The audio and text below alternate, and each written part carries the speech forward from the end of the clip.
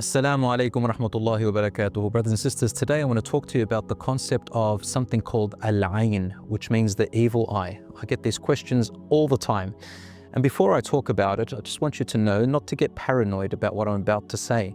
And that al-ayn, or the evil eye, or envy, or people who jinx you or are jealous of you and things are going to go wrong, this is very, very rare. Now, Islam does not support superstitions and supernatural things. However, sometimes there are things that happen around the world which we just can't explain or don't understand fully. And the Quran comes and talks about it a little bit, and Prophet Muhammad, peace be upon him, talks to us to know how to protect ourselves and identify it.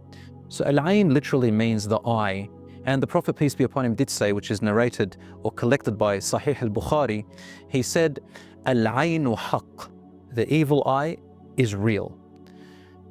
In all of the biography of the Prophet ﷺ's life, and in all of the history of the Khulafa al-Rashidun, which is about 30 years or so, I only came across 2 or 3 instances where it reported something about the eye. One of those instances is actually reported in An-Nasa'i and Ibn Hibban, one of the hadith collection books. In the time of the Prophet ﷺ, one of the companions, an Ansari they call him, he had extremely nice skin and a very nice complexion. So he took his shirt off and went into a river, and when he came out, another companion saw him and he was so amazed and amused by the way his skin was and his body was. So he said, "Oh, not even a virgin woman inside of her oasis." It's a common thing the Arabs used to say. In other words, it says he's got even nicer and cleaner, softer skin than a woman inside of her oasis.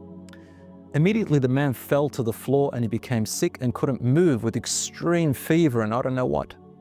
The Prophet, peace be upon him, heard about it and they brought him, and then he said, "Do you know who said such and such, or do you assume anyone?" And they said yes, it was obviously that man. So he brought him and he said, "Ala barakt," which means, why couldn't you just say Tabarakallah? Oh, how God has blessed him. And that's one of the things you say when you are amazed or amused by something that you see. So what happened after that was that he got the man to wash himself with some water, and he put this water in certain ways onto the sick person. He was cured by the will of Allah, and obviously he's the messenger of God who did that. Now, brothers and sisters, Allah tells us in the Quran to seek refuge in him from every envious person, وَمِن شَرِّ حَاسِدٍ إِذَا حَسَدَ, from every envious person when they envy.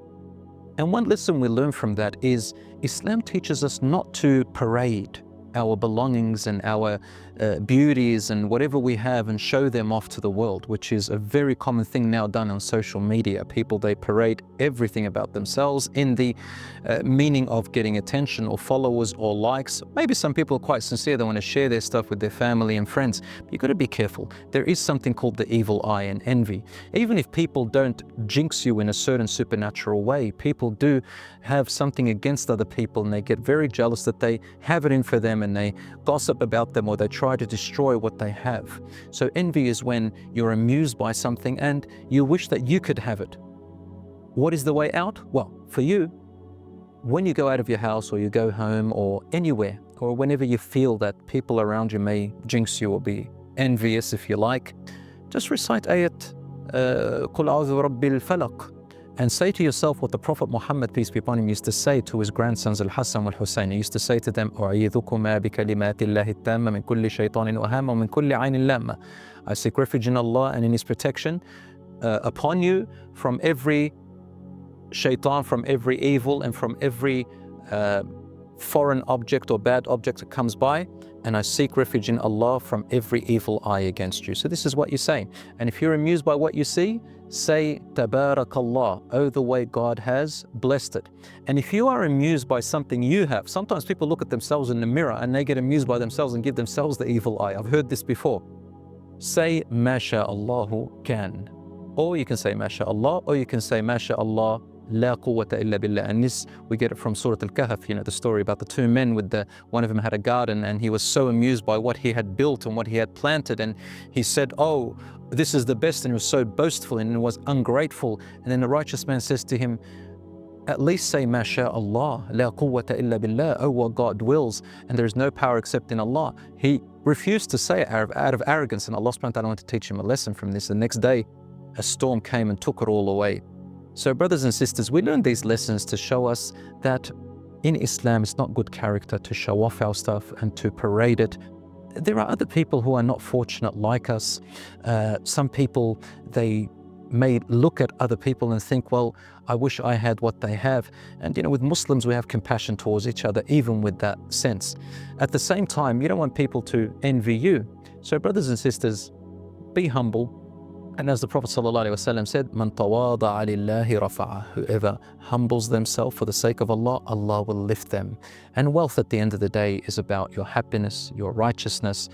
You love your iman and yourself, and you want to improve yourself, and you appreciate whether you have a lot or a little. Finally, I saw a little kid today who said, "Look how rich I am." He's got 2 5 Australian dollar notes.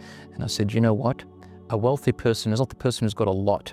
A wealthy person is the one who knows how to manage what he has, even if it's a little bit. So brothers and sisters, enjoy your time, enjoy yourselves, enjoy what Allah has given you. Be grateful, say Alhamdulillah, say MashaAllah, and say Tabarakallah, and watch how happiness will creep into your life, inshaAllah ta'ala, with no fear. Wassalamu alaikum wa rahmatullahi wa barakatuh. Actually, I want to say one more thing. Some people, they resort to all sorts of superstitious stuff, thinking that they're going to protect them. Like there's this little tiny bead that they buy, it's blue, or they buy this gold necklace with a little blue eye in there, or they get a horseshoe, or they get all sorts of talismans and charms and amulets.